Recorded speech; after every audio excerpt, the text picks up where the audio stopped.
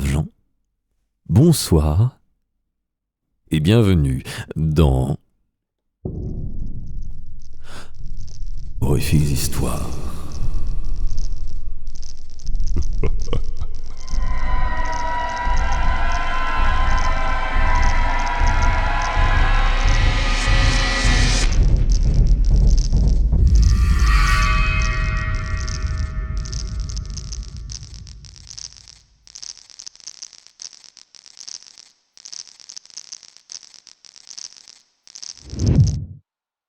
Braves gens, ce soir, je vais vous lire Just Don't Ask Me What It Was, avec un accent terrible et le fait que je ne sais pas du tout pourquoi ce titre est en anglais, alors que c'est une autrice française, mais il y a sûrement une très bonne raison. Une nouvelle donc écrite par Virginie Buisson Delandre, et c'est parti. Est-ce que c'est bon pour vous?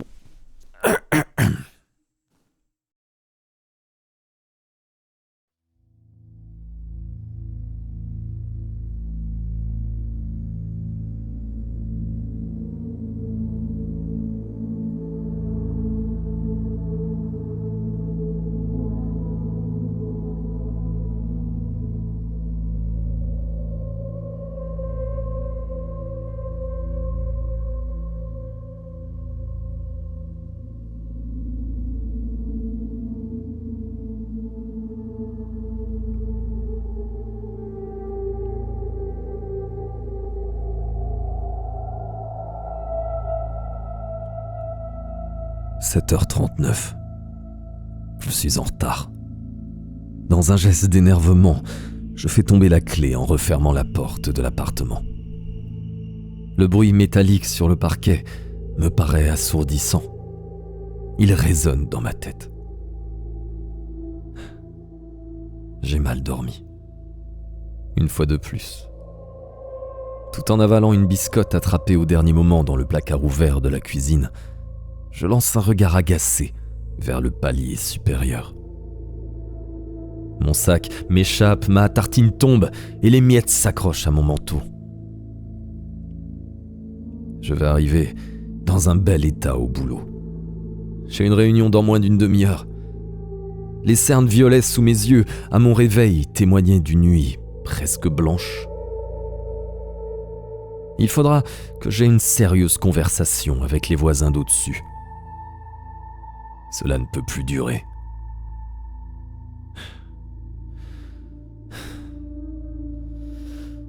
Ne pas paniquer. Respire. Je ramasse tout mon barda et, sur le point de me précipiter dans les escaliers, je bouscule quelqu'un que je n'avais pas vu. Appuyer sur l'interrupteur aurait été une bonne idée. Il fait encore noir. La pénombre produite par les réverbères noyés de brouillard n'a pas suffi. J'ai failli basculer par-dessus un petit corps recroquevillé, assis sur la première marche de mon étage. Une frêle silhouette se découpe dans l'ombre. Je distingue un bras plâtré. J'entends une faible respiration, un sanglot retenu. Hé, attention! Faut pas rester dans le passage! Pas de réponse. Pas le temps de râler ni d'en demander plus. Je dois y aller. Ils m'attendent tous. Je contourne l'obstacle tout en farfouillant dans mon grand sac à main à la recherche de mes clés de voiture. Il ne manquerait plus que je les ai oubliés.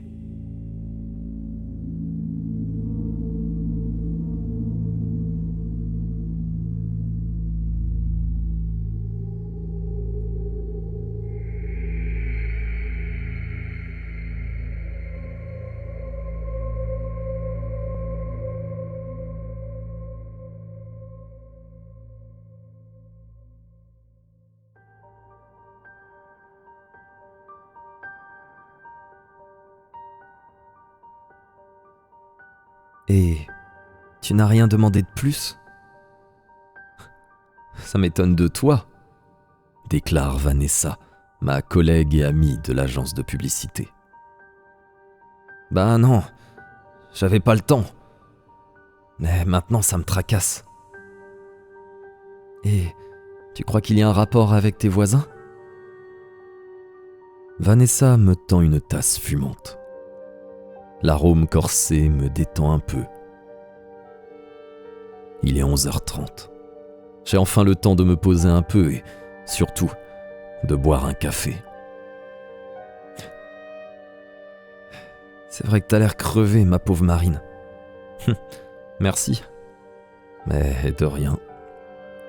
Ma collègue esquisse un sourire, mais son regard sombre redevient rapidement plus soucieux. Sans rire, tu devrais faire quelque chose. T'as l'air épuisé. Depuis plusieurs semaines, t'as une tête de déterré. Ça valait bien la peine de déménager pour un appart plus grand dans un quartier calme. Pas moyen d'avoir une conversation avec eux. Je ne les ai jamais vus. Ils ne répondent pas quand je vais sonner chez eux, même en journée. Et pourtant ils sont là, pas de doute. Je les entends assez toutes les nuits. T'as qu'à appeler les flics. Tapage nocturne. Moi, c'est ce que je ferais.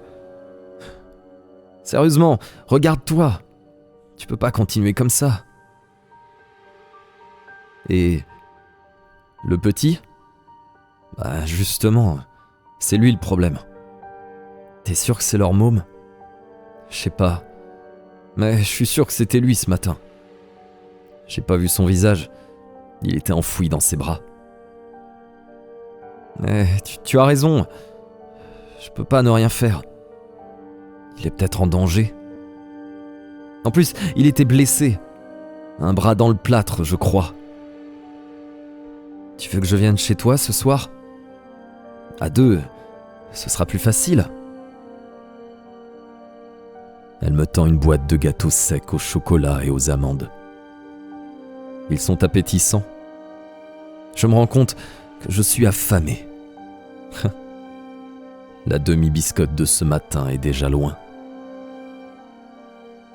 Remplume-toi aussi, m'ordonne mon ami. Tu es toute pâle et toute maigre. Je sais, le manque de sommeil me tape sur les nerfs.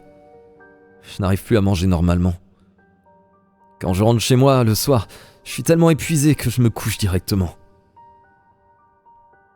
Elle me sourit tristement, en me regardant avec insistance.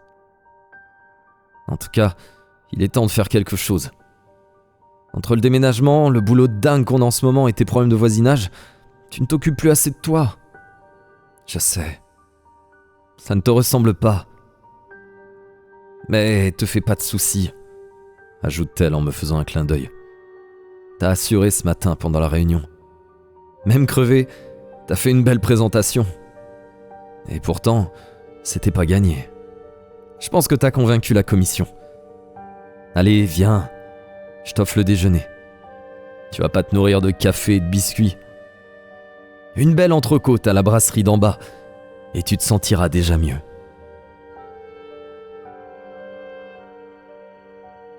Elle s'est déjà levée pour mettre son élégant manteau. Je regarde son chignon châtain clair s'éloigner dans le couloir. Je n'ai pas le temps de protester. Je n'ai plus qu'à lui obéir docilement. Mais elle a raison. Autant prendre des forces avant d'aller affronter mes irascibles voisins et tirer les choses au clair. Depuis presque un mois, j'entends toutes les nuits un vacarme épouvantable, comme si on déménageait là-haut. Souvent, des gémissements et des pleurs étouffés me parviennent. J'aurais dû réagir plus vite. Ce n'est pas la première fois que je croise cet enfant dans les escaliers, mais je n'avais jamais fait le lien avant ce matin.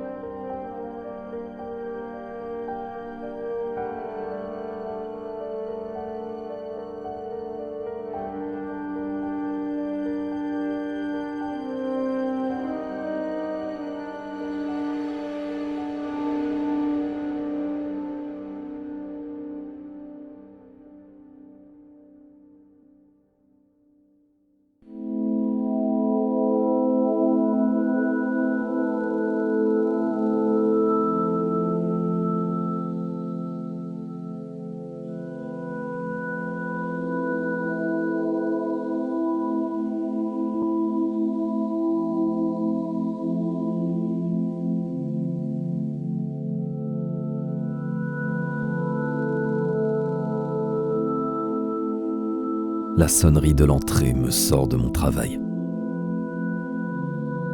Depuis que je suis rentré de l'agence, je me suis remise à peaufiner mon projet. Vanessa a décidé de venir dormir à la maison ce soir et d'agir en conséquence. Alors, quoi de neuf ? Me lance d'un air jovial mon ami en suspendant ses vêtements couverts de fine neige au porte-manteau de l'entrée. Elle retire ses bottes d'un geste énergique appuyé contre le chambranle de la porte. Son ton jovial est démenti par son regard, plus sombre que d'habitude. Ou peut-être est-ce mon humeur à moi qui est assombrie par la perspective d'une soirée pénible. Quel temps ! Se sent-elle obligée d'ajouter pour meubler mon silence. Encore en train de bosser ? Elle désigne mon ordinateur allumé. Oui, j'ai amélioré quelques croquis. Laisse tomber pour ce soir. On a d'autres chats à fouetter. C'est vendredi, le week-end commence. Il sera temps de revoir ça lundi. Elle avance d'un pas décidé vers le petit secrétaire en acajou du salon et rabat d'un geste doux mais volontaire l'écran de mon portable en déclarant d'une voix ferme « Pause ». Nous éclatons de rire comme deux collégiennes s'apprêtant à faire la fête. Vanessa disparaît pendant quelques instants dans le couloir où elle avait déposé son sac de voyage. Ses affaires pour la nuit, sans doute. Ou peut-être bien pour le week-end entier. Pourquoi pas ? Me détendre un peu me fera le plus grand bien. Ah oui, tiens. C'est vrai, j'avais oublié. C'est quoi déjà un week-end ? Nouveaux éclats de rire, ponctués par le froufroutement d'un sac en papier duquel elle extirpe une bouteille. T'as un tire-bouchon ? Depuis quelque temps, je perds un peu la notion du temps. Pour moi, les semaines défilent sans aucune notion de pause. Quand je ne travaille pas au bureau, je continue chez moi. Alors, forcément... Et en plus, jamais de temps mort pour ceux d'en haut, quel que soit le jour de la semaine. Viens dans la cuisine. Je vais sortir des verres. Et j'ai apporté aussi de quoi nous faire un petit gueuleton. Comme par enchantement, un pain frais aux noix, un petit bloc de foie gras et des sachets de poissonnerie atterrissent sur le plan de travail en noyer. Il y a quelques légumes aussi et des amuse-gueules de chez le traiteur italien en bas de la rue. Waouh, en quel honneur !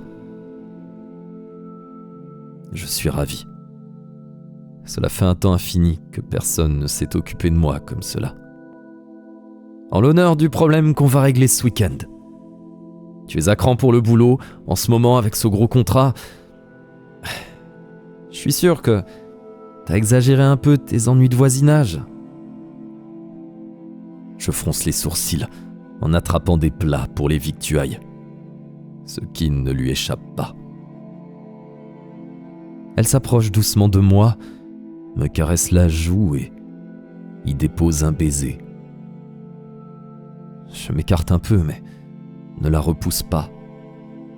J'oscille entre trouble et contrariété. Non, ne le prends pas mal. Je ne remets pas en doute ce que tu me racontes, non, mais c'est facile à régler, tu verras. Maintenant, je suis là, tu vas voir. Je resterai toujours à tes côtés, quoi qu'il arrive. Fais-moi confiance. Le ton employé est un peu trop mélodramatique à mon goût, d'autant que son regard noisette me fixe avec insistance. Mais ce n'est pas grave. Je lui souris, un peu confuse. J'ai toujours eu l'habitude de gérer mes problèmes toute seule. Finalement, je suis flatté de l'intérêt qu'elle me porte et rassuré pour ce soir. Allez, serre-nous un petit verre de chardonnay et va te reposer dans le canapé. Je m'occupe du repas. Elle me prend des mains la poêle destinée à faire griller les noix de Saint-Jacques et, m'attrapant par les épaules, me fait pivoter vers le salon. Mets-nous un peu de musique. Je te rejoins dans quelques minutes. Tes voisins n'ont qu'à bien se tenir. J'ai le numéro du commissariat du quartier.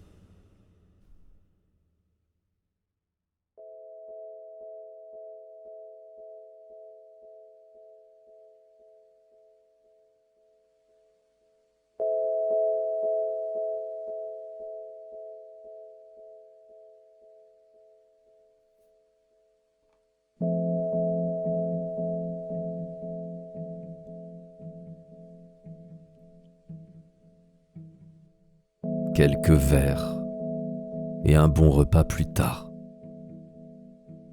Je me sens bien, presque euphorique.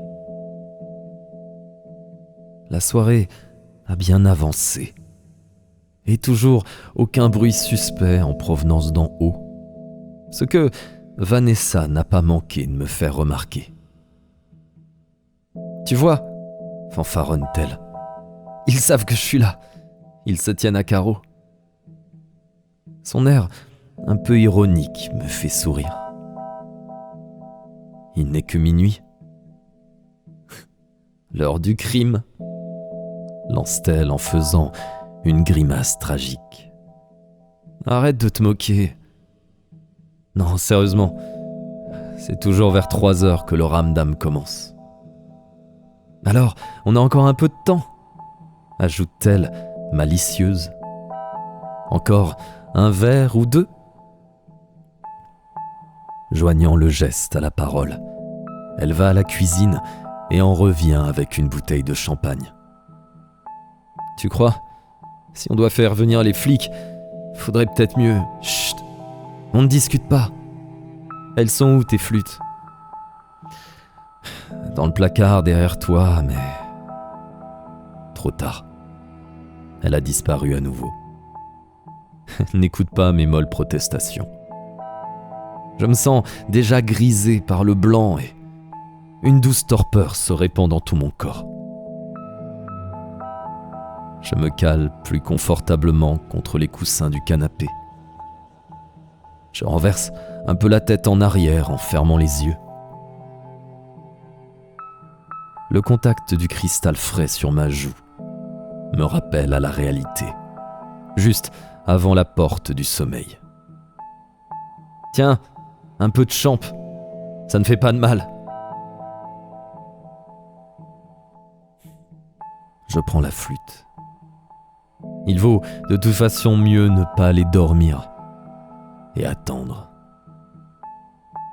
Mon ami a raison. Autant passer un bon moment en attendant.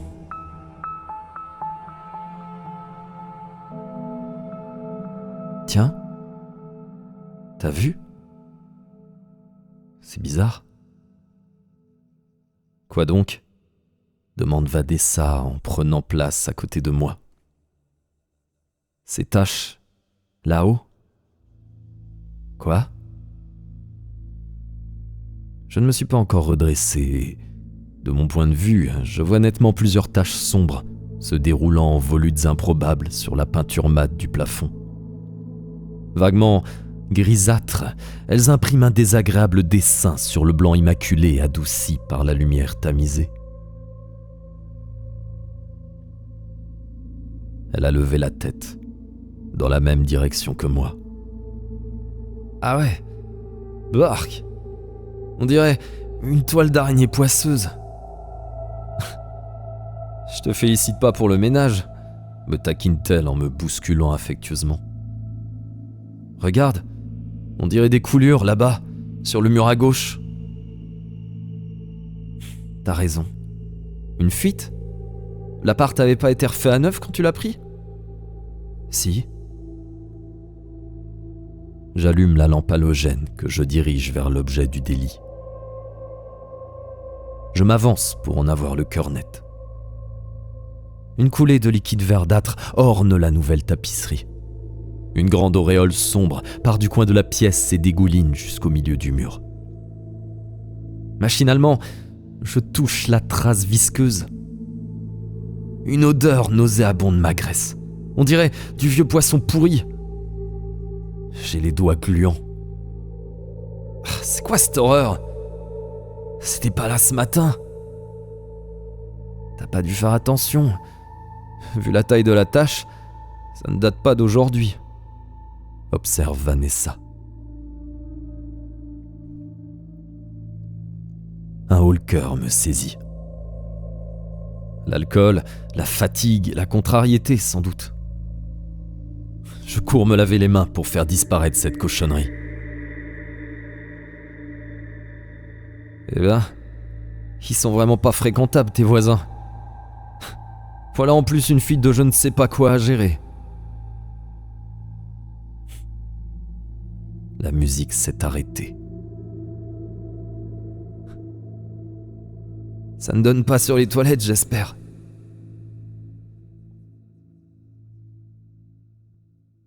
Je n'ai pas le temps de répondre à cette remarque agréable. Mes chers voisins ont décidé de se manifester. Des glissements de chaises, des coups frappés sur le sol, des voix aiguës qui se mêlent en une sorte de chant hideux et discordant.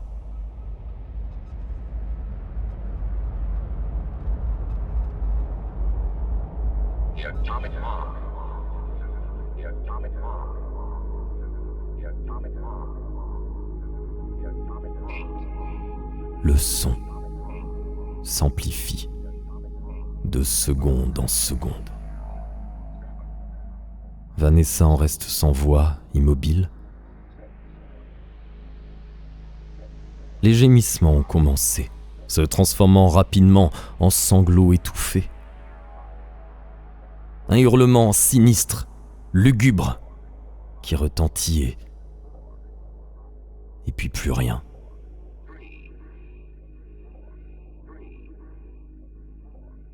Les battements reprennent au bout de quelques instants. Des cris, plusieurs voix masculines, une plainte féminine qui s'amplifie. Aucun mot n'est identifiable. En quelle langue parlent ces gens? Dans la cacophonie insoutenable qui se déchaîne, je perçois soudain le cri d'un petit enfant. Un cri de douleur a glacé le sang.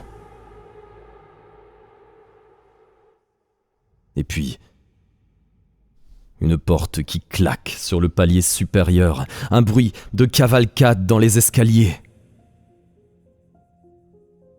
Plusieurs personnes courent en hurlant. Nouveau claquement de porte en bas cette fois, suivi d'un bruit sourd et écœurant. Comme si quelque chose se traînait lourdement sur les marches, un chuintement, puis un glissement visqueux et dégoulinant.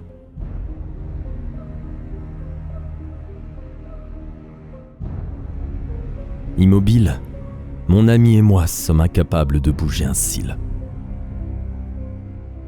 Muette d'horreur, suite à ce déchaînement soudain de violence, nous mettons plusieurs minutes à réaliser ce qui vient de se passer. D'ailleurs, nous ne sommes pas bien sûrs d'avoir tout compris. Sûrement, quelque chose de grave. Malgré l'heure tardive, les lumières des étages inférieurs se rallument rapidement.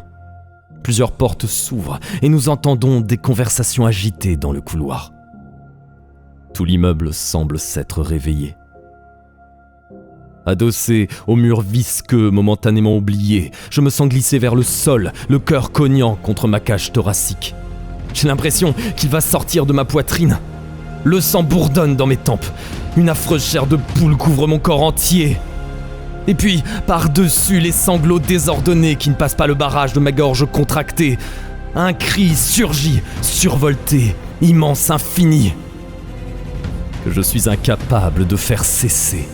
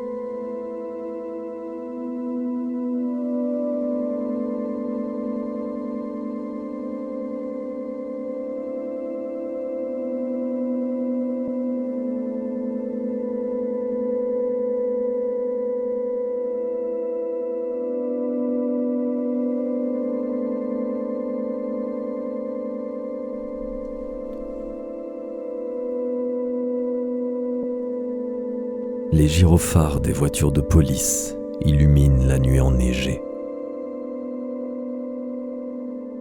Vanessa a eu la présence d'esprit d'appeler le commissariat peu de temps après les événements. Elle a pris le temps de me réconforter pendant quelques instants, de m'installer à garde sur le canapé du salon. Et puis, elle a enfin ouvert la porte, que je continue de fixer d'un air terrifié. Je ne veux pas savoir ce qui pouvait se trouver derrière ce rempart dérisoire. Un crime violent certainement eut lieu. Mon esprit refuse de concevoir l'indicible. Juste à côté de nous a dû avoir lieu l'exécution d'un enfant, peut-être même de plusieurs personnes, et je n'ai rien fait malgré mes soupçons pour empêcher cela. Jamais je ne pourrai me le pardonner.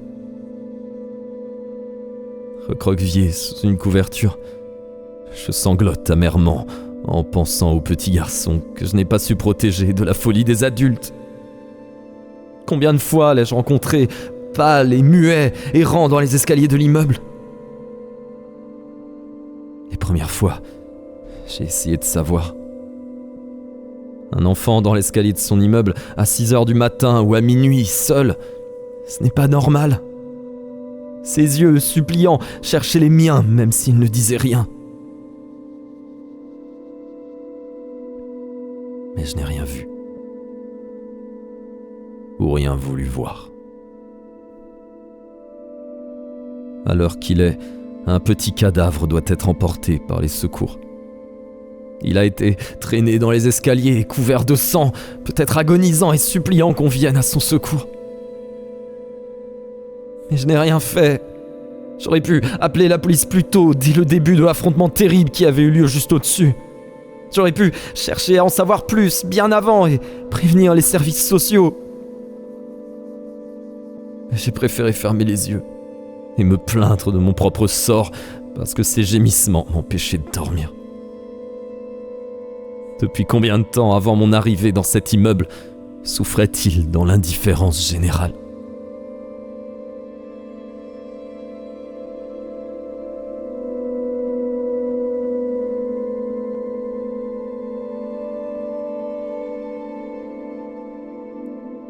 J'entends la porte de l'appartement qui s'ouvre. Vanessa n'est pas seule. « Doucement », dit-elle au policier qui l'accompagne. Elle est en état de choc. Comme dans un cauchemar au ralenti, je la sens près de moi, me prendre la main et m'entourer les épaules d'un geste protecteur. Ça va aller. Madame ? Madame ? Vous êtes avec nous ?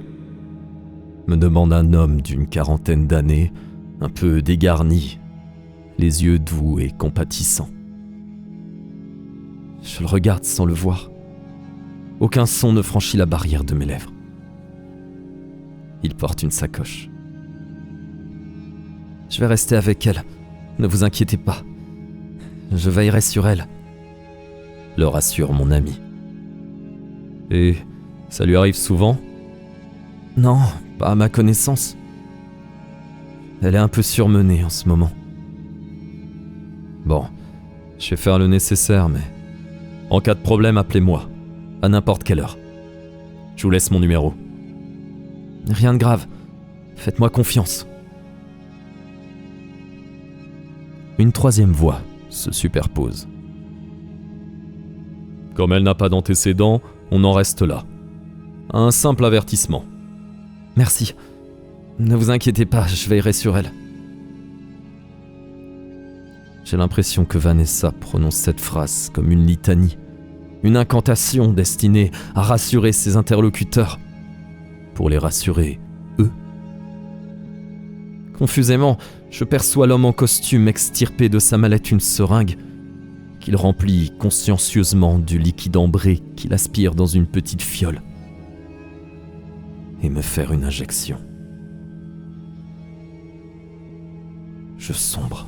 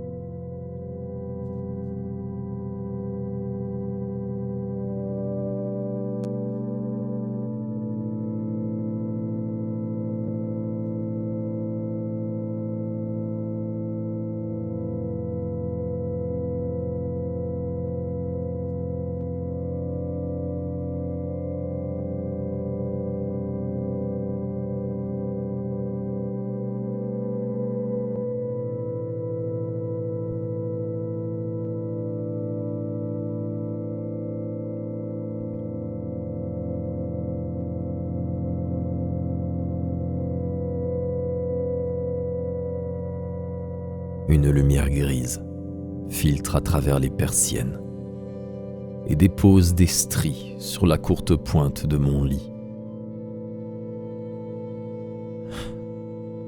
J'ai l'esprit embrumé. Trop d'alcool hier. Cela faisait longtemps que je n'avais pas eu à gérer un lendemain de fête aussi violent. Tu es réveillé? Un café et un thé? Je veux bien un thé. Le visage souriant de Vanessa apparaît à contre-jour dans l'encadrement de la porte. Elle est belle. Les cheveux dénoués encadrant ses traits de madone de la Renaissance. Je lui rends son sourire, mais elle a l'air inquiète. Tout à coup, les souvenirs de la veille ressurgissent comme une pluie glacée. La venue de la police, le tapage insoutenable chez les voisins, les cris du petit garçon.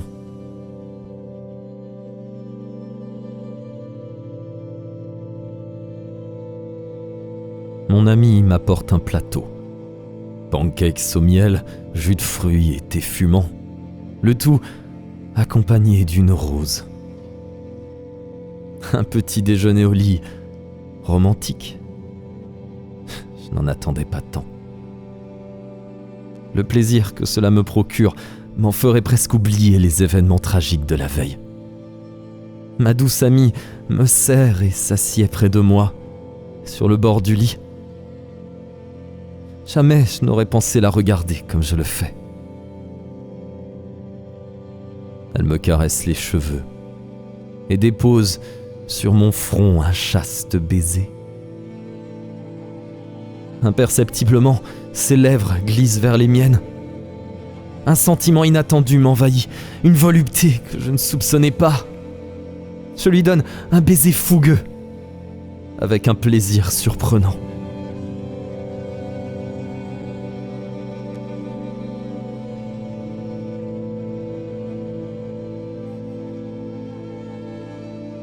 Remise ?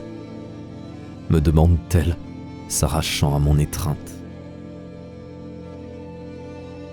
Sa question me fait l'effet d'une douche glacée.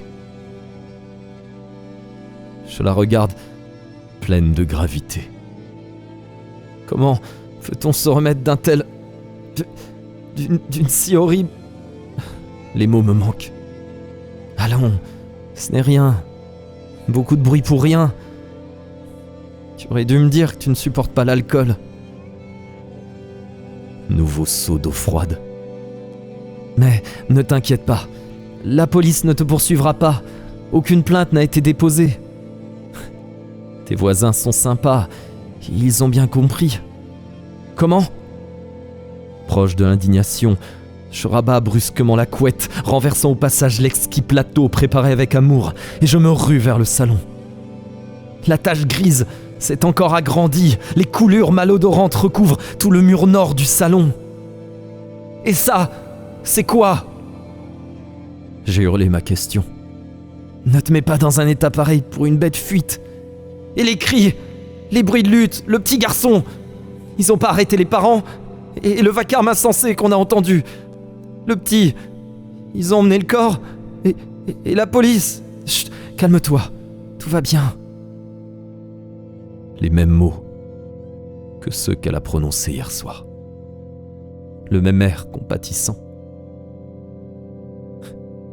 Condescendant serait plus proche de la réalité. Et le cadavre ? Quoi ? Le corps mutilé du môme ? Ne me dis pas que tu n'es pas traumatisé. Mais de quoi est-ce que tu parles ?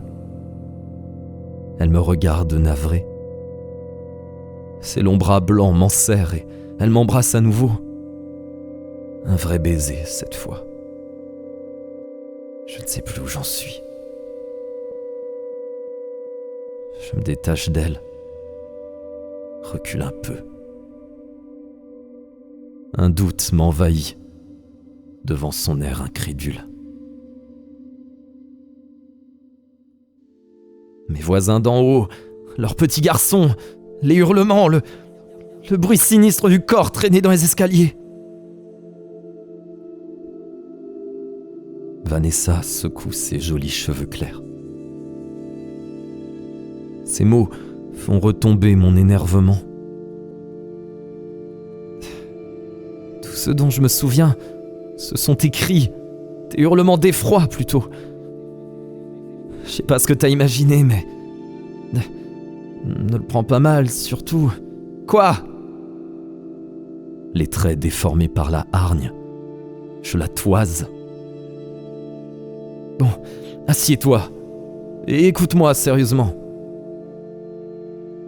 Je lui obéis une nouvelle fois. Toute volonté m'a quitté. Docile, j'écoute. Tu es surmené en ce moment.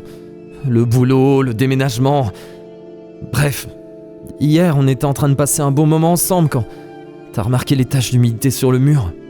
T'appelles ça des taches d'humidité ? Reste calme. Elles t'ont rendu hystérique et tu t'es mise à crier, à hurler. Mais écoute la suite. T'as réveillé tout l'immeuble avec tes cris. Le temps de te calmer, les voisins avaient déjà appelé la police. Les voisins d'en haut, après toute la séance qu'ils ont faite, sont eux qui appelaient la police. Mais plus personne n'habite au-dessus de ton appartement depuis plus d'1 an. Après avoir maltraité leur fils et avoir traîné sa dépouille dans les escaliers. Écoute-moi! Il n'y a personne au-dessus. Aucun petit garçon ne vit ici. Ils ont peut-être eu le temps de cacher le corps. Arrête tes délires! Je ne comprends pas. Je n'ai pas pu imaginer tout ce tapage. Pas pendant presque 1 mois. Mais les bruits, tu les as bien entendus toi aussi. Pas de réponse. Ne t'inquiète pas. Je vais rester un petit moment ici avec toi si tu veux. Ou bien alors, tu peux venir t'installer chez moi, le temps de trouver autre chose. Hein ? Tu vas pas rester ici quand même. Je ne vois pas où elle veut en venir. Ou plutôt si, elle est en train d'essayer de me faire comprendre sans grande subtilité que j'ai tout inventé, que je ne vais pas bien. Une immense colère m'envahit. Je n'ai plus qu'une envie, qu'elle s'en aille, immédiatement. Sans un mot, j'attrape ses affaires dans le salon, les fourre dans son sac de sport et les balance dans le couloir, sans lui adresser un seul regard. Elle n'insiste pas. Je referme la porte. Soupir de soulagement. Les yeux fermés.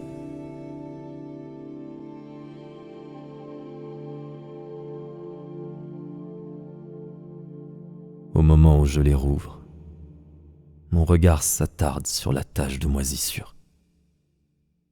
Elle a encore grandi et la couche de mousse verdâtre est plus épaisse.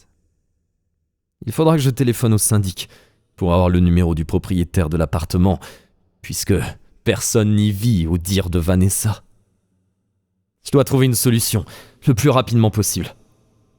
On est samedi, je peux tenter le coup. Sinon, je devrais attendre lundi soir.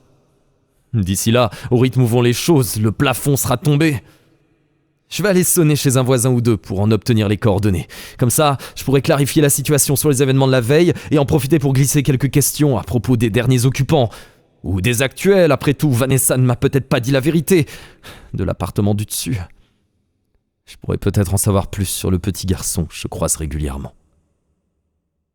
D'autres que moi doivent bien le connaître.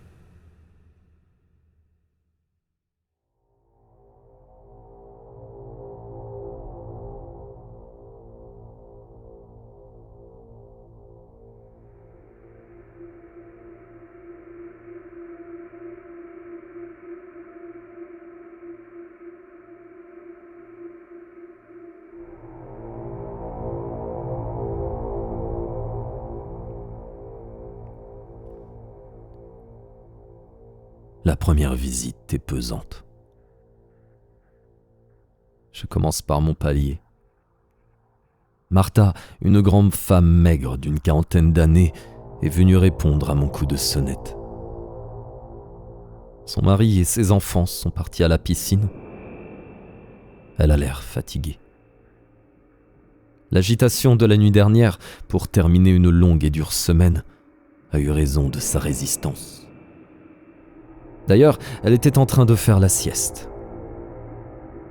Je lui précise qu'en effet, c'est malheureux et qu'il faudrait vraiment faire quelque chose pour aider cette famille, que le petit garçon... Le regard compassé qu'elle me lance est plus éloquent qu'un long discours. Gênée, elle change de sujet de conversation. Vous ne m'aviez pas dit que vous aviez un problème de fuite ? Attendez, je vais chercher le numéro du syndic. Il est encore tôt, vous pourrez peut-être contacter quelqu'un aujourd'hui. Un sourire faux appuie son discours forcé. Dès que j'aurai tourné les talons, elle s'empressera de téléphoner à sa meilleure amie pour lui raconter sa conversation avec la folle.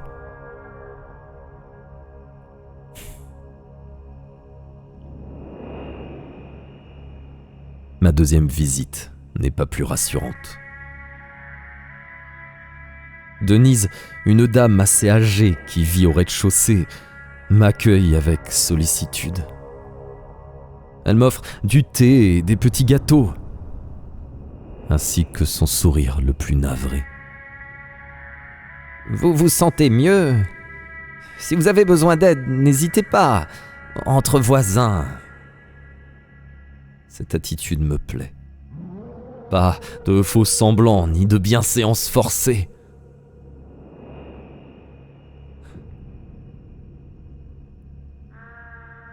J'apprends ce qui s'est passé la veille.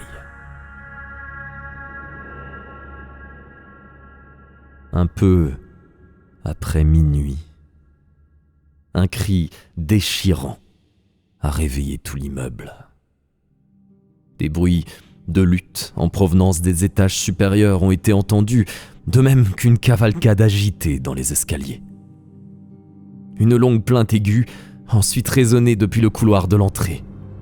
Selon Denise, la police a été prévenue par Martha, qui a eu peur pour ses enfants. Elle craignait un cambriolage ou une agression de la nouvelle locataire dont chacun avait bien reconnu la voix. La suite reste plus floue. Mais les policiers n'ont constaté aucune effraction en me raccompagnant dans mon appartement avec mon ami. La vieille dame a vu à travers l'interstice de sa porte entr'ouverte que je me tenais prostré devant la porte de la cave, accroupi sur le carrelage, la tête entre les mains.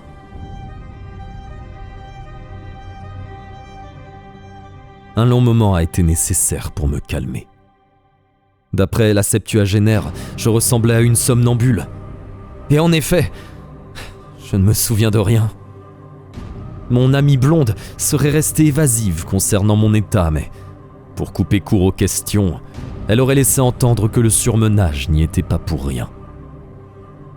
Bref, l'affaire s'est terminée par l'arrivée du médecin qui nous a rejoints à l'étage et a pris la situation en main.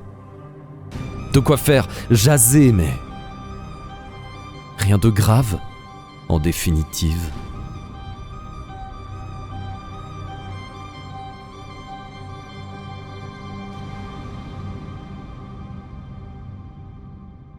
Qu'est-ce que je faisais devant la porte de la cave ? Je ne possède plus aucun souvenir de cet épisode. Toute la fin de soirée ressemblait à un mauvais rêve duquel j'avais émergé seulement le lendemain.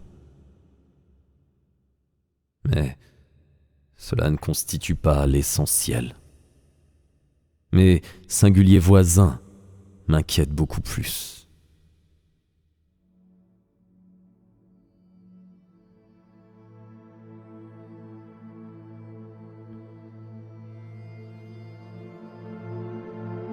Je tente d'en savoir plus à propos de l'appartement du dessus. Denise me confirme son abandon. Il doit être dans un sacré état depuis le temps. combien? Impossible de le savoir avec exactitude. Mais la vieille dame se souvient qu'à son arrivée, il y a de cela fort longtemps, une gentille famille y vivait. Sa mémoire défaillante ne lui permet pas de m'en dire davantage. Un petit garçon vivait-il ici? À part celui de Martha et le petit-fils d'Ava, qui vient pendant les vacances scolaires, pas de très jeune garçon dans l'immeuble. Peut-être s'agit-il d'un gamin des rues qui vient se réfugier au chaud pendant que ses parents, s'il en a encore, s'occupent de choses plus importantes.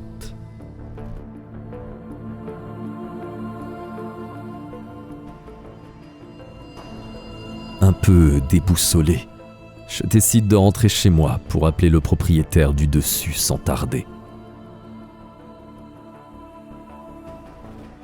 Arrivé devant ma porte, un bruit furtif attire mon attention.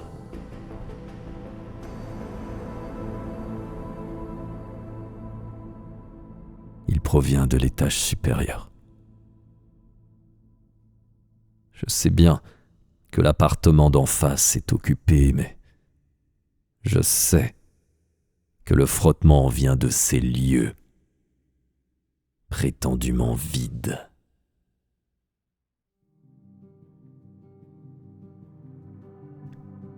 Je ne résiste pas. Je monte et colle mon oreille à la porte. Je reconnais immédiatement la mélopée flûtée entendue la veille, mais en nettement plus étouffée. J'entends aussi une voix gutturale entonner une litanie de mots étrangers, sans signification pour moi. Et encore, ces gémissements étouffés. N'y tenant plus, j'actionne la clenche. La porte est ouverte. Sans réfléchir, je pénètre dans l'appartement, prenant à peine conscience qu'une paire d'yeux m'observe dans la pénombre de la porte d'en face, entr'ouverte. La porte grince en se refermant. Une puissante odeur de marée m'assaille. Varech moisi et poisson en décomposition. Je suffoque. Avec difficulté, je tente de réguler ma respiration qui s'affole. Mon cœur bat trop fort. Mes yeux mettront un moment à s'habituer à la pénombre. Pour le moment, je ne vois rien. En tâtonnant, j'essaye d'actionner la fonction lampe de mon portable. Je tremble si fort que je fais tomber l'appareil. Je m'accroupis pour le récupérer. Mes doigts glissent sur un tapis gluant qui recouvre le sol. Je reconnais la même texture que celle qui macule mon plafond et mes murs. Une petite voix, provenant probablement du couloir, me fait sursauter. « N'entre pas! Il n'attend que cela! Reviens vite parmi les vivants !» Je m'immobilise. Dans la pénombre, j'entends un souffle rauque. Quelqu'un m'épie. Cela semble s'approcher. Ma peau se recouvre de chair de poule. Un lent frisson me traverse. Incapable de me contrôler, je me cogne à la porte, peine à l'ouvrir et refais à toute vitesse le court chemin parcouru en sens inverse. Je me retrouve seul dans le couloir de l'immeuble. Il fait presque nuit. Une faible luminosité mourante éclaire sinistrement la volée d'escalier par la fenêtre en vitrail du palier, dessinant des ombres bleutées inquiétantes. Je redescends machinalement vers mon appartement. Après quelques secondes, je réussis enfin à ouvrir ma porte palière, manquant de peu de casser la clé dans la serrure. Je tirai le verrou et enfin, je m'affale en sanglotant sur le canapé.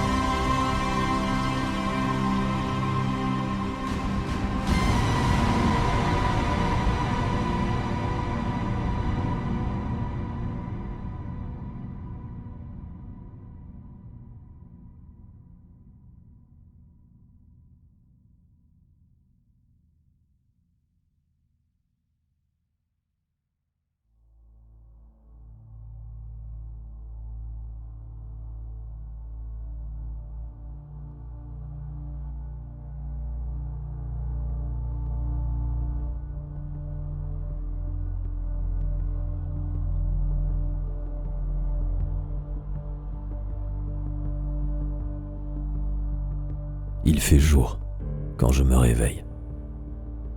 Une mire triste accueille mes premières pensées. Il doit être très tôt ou très tard. Un mal de tête presque insoutenable bat la mesure tout au fond de mon crâne. Une nausée me saisit. Cette odeur épouvantable s'est encore accentuée. Un coup d'œil circulaire me confirme que presque la totalité du plafond et des murs du salon est recouverte de mousse grise, comme si une lèpre malsaine gagnait du terrain. Je ne sais plus quoi penser. Mes mains et mes bras sont eux aussi pleins de cette saleté. Ma première réaction est de courir à la salle de bain pour me laver. L'eau chaude coule, mais malgré la quantité déraisonnable de savon liquide, ma peau reste grise. Il faut que je téléphone à Vanessa. Elle saura quoi faire. Elle me dira ce qui s'est passé vendredi soir. Je cherche mon téléphone au fond de ma poche, mais il a disparu. Je me souviens qu'il est resté dans l'appartement du dessus lorsque j'en suis sorti précipitamment. Je n'ai pas de ligne fixe. Que faire? Y retourner et le récupérer? Il n'y a pas d'autre choix. Je n'ai pas envie de retourner chez les voisins et, sans téléphone, je suis coupé du monde extérieur. On est dimanche. Je n'ai pas envie d'attendre toute seule le moment de me rendre au travail demain. Cette histoire me vrille les nerfs. Le son flûté a repris, les gémissements et les pleurs aussi. En proie à une terreur sans nom, je me pelotonne sur mon canapé et j'attends un long moment incapable de faire quoi que ce soit. J'ai aperçu mon reflet dans le miroir de l'entrée. Et je ne me suis pas reconnu. Une vieillarde grise m'a regardé avec stupeur.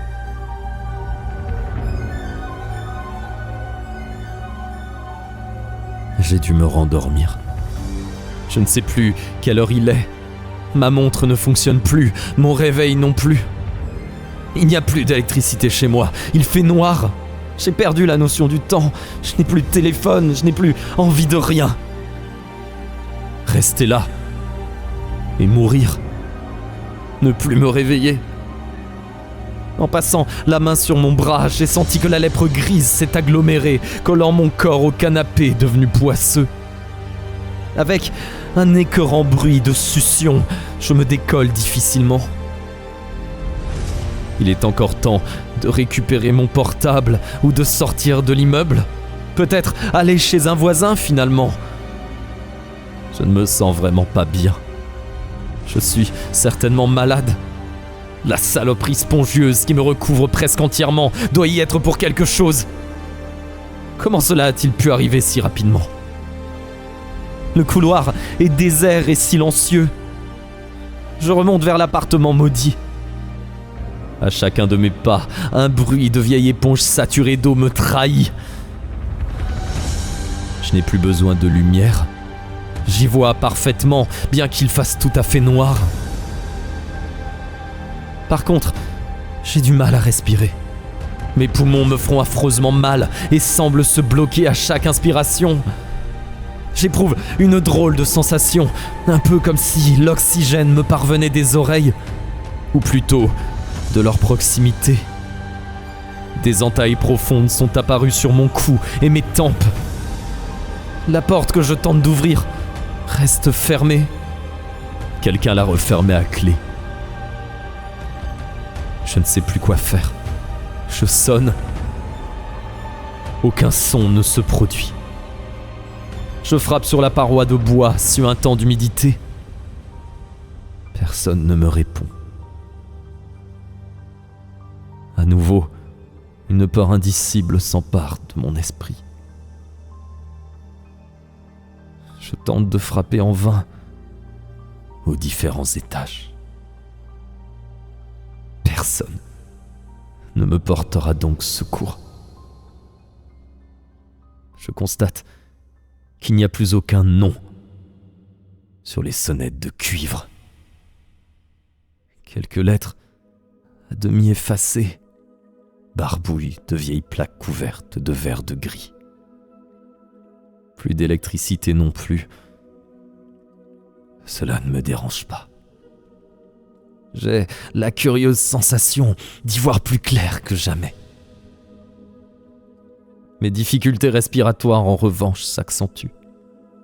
Je constate également que la lèpre grise recouvre mes pieds et tente de m'immobiliser, de me clouer au sol.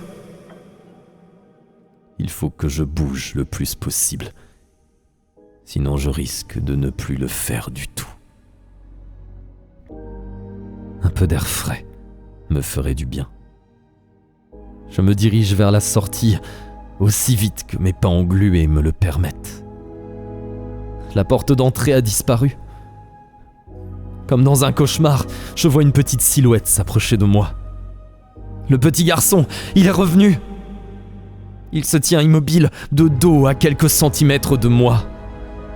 « Hé, petit, qu'est-ce qui se passe ici ?» Ma voix, devenue rauque et pâteuse, sonne bizarrement. « Petit, réponds-moi. Qui es-tu? Qu'est-ce que tu attends de moi ?» La minuscule silhouette famélique se tourne dans ma direction et pointe muette la porte de la cave. Son autre bras est plâtré. Mon cœur fait un bond, mes jambes se dérobent. Impossible de croire ce que je vois. Un visage recouvert d'écailles, plus proche de celui d'un grotesque mérou que de celui attendu d'un enfant. Des ouïes ornent son cou et ses jambes ont l'air d'être soudées, comme celles des sirènes des contes. Son geste impérieux ne me laisse aucun choix. Ma seule issue reste la cave. Comme une folle, j'ouvre la porte désignée et je commence une longue descente dans les entrailles de l'immeuble. Elle paraît sans fin. Ce qui demeure le plus étrange, c'est que rapidement les marches ont l'air taillées dans le roc. Elles n'ont plus rien à voir avec un escalier de béton.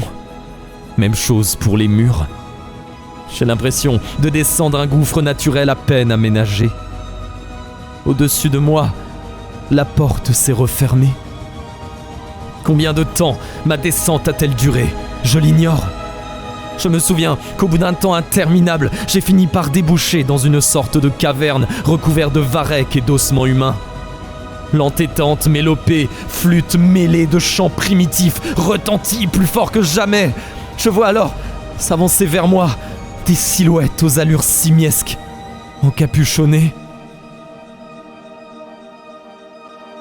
Elles m'encerclent et révèlent leur véritable nature.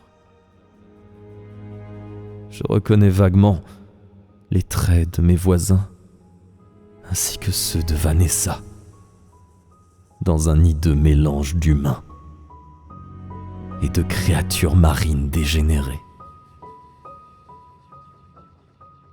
Le maître n'attendait plus que toi pour terminer le rituel.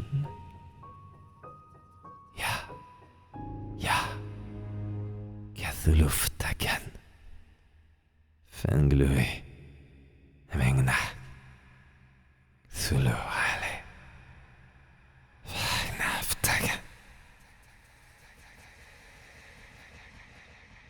Quoi ce sel qui m'avait juré de toujours rester à mes côtés?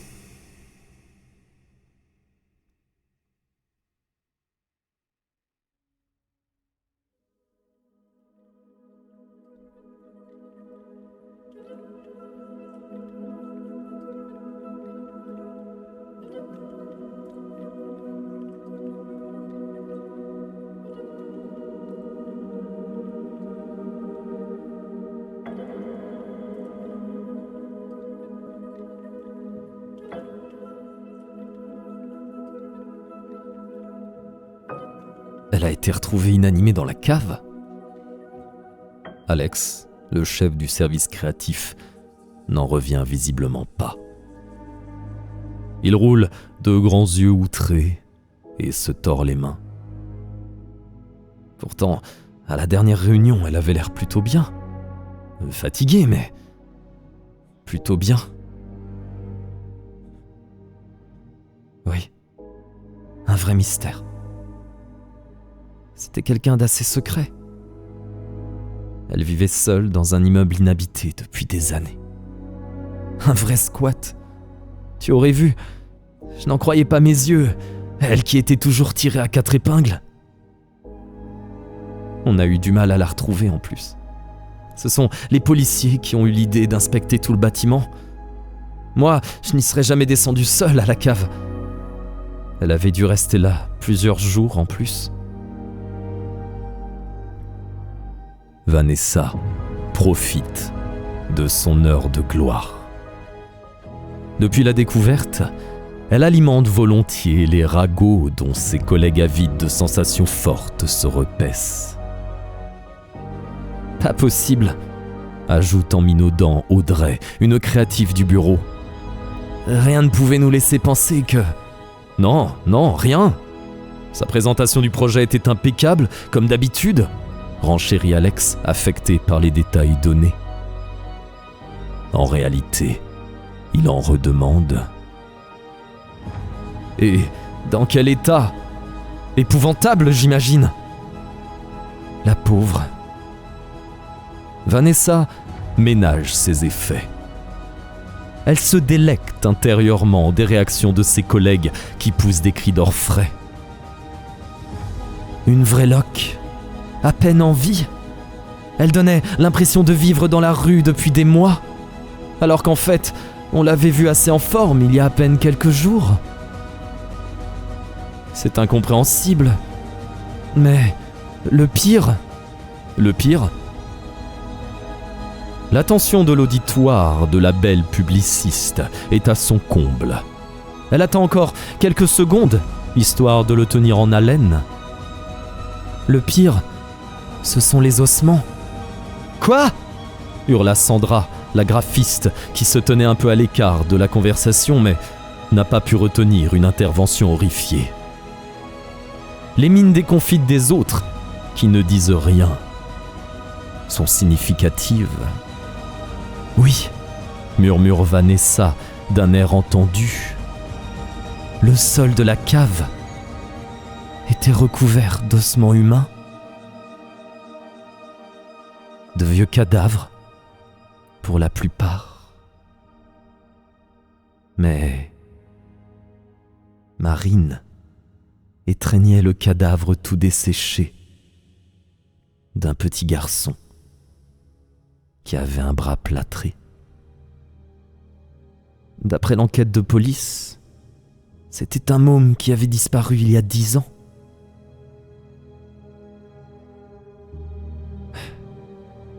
On soupçonnait ses parents de maltraitance.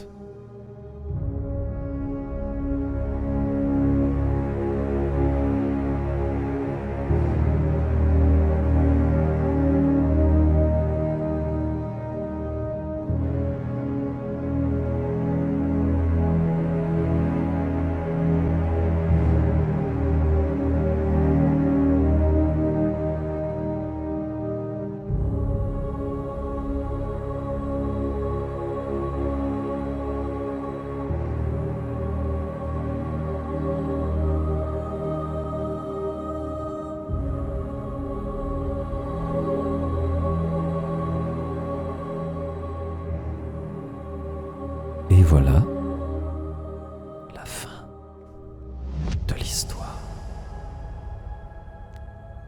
qui ne donne pas toutes les réponses.